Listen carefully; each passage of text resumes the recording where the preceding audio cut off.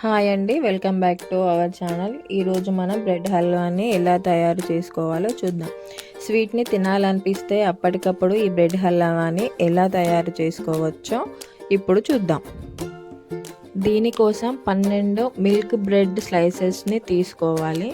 ఇలా brown part అంతా cut చేసుకొని 2 ముక్కలుగా చేసుకోవాలి.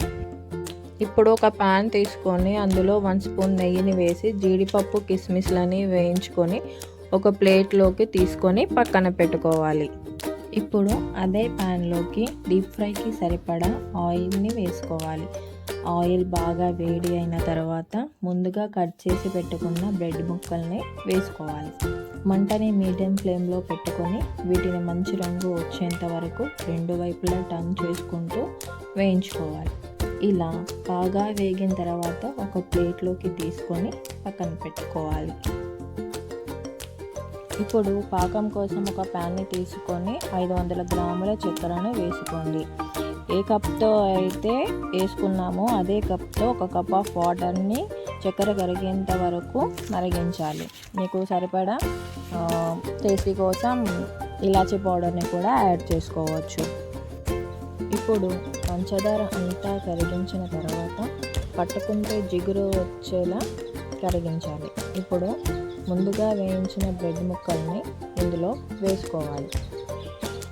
బ్రెడ్ ముక్కల్ని వేసిన తర్వాత పాకమంతా పట్టుకునేంత వరకు కలుపుకోవాలి. ఇలా బ్రెడ్ ముక్కలకి పీల్చుకునేంత వరకు మెల్లిగా కలపాలి.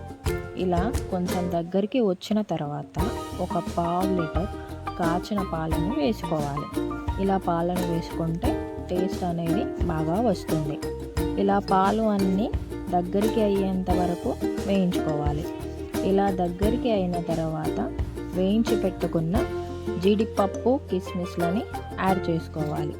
ఇలా బాగా కలుపుకున్న తర్వాత ఒక టేబుల్ స్పూన్ నెయ్యిని వేసుకొని మొత్తం అంతా కలుపుకొని స్టవ్ని ఆఫ్ చేసుకోవాలి.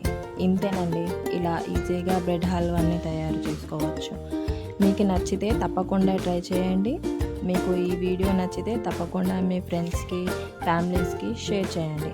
ఇలాంటి మరిన్ని వీడియోస్ కోసం నా ఛానల్ని సబ్స్క్రైబ్ చేసుకోండి.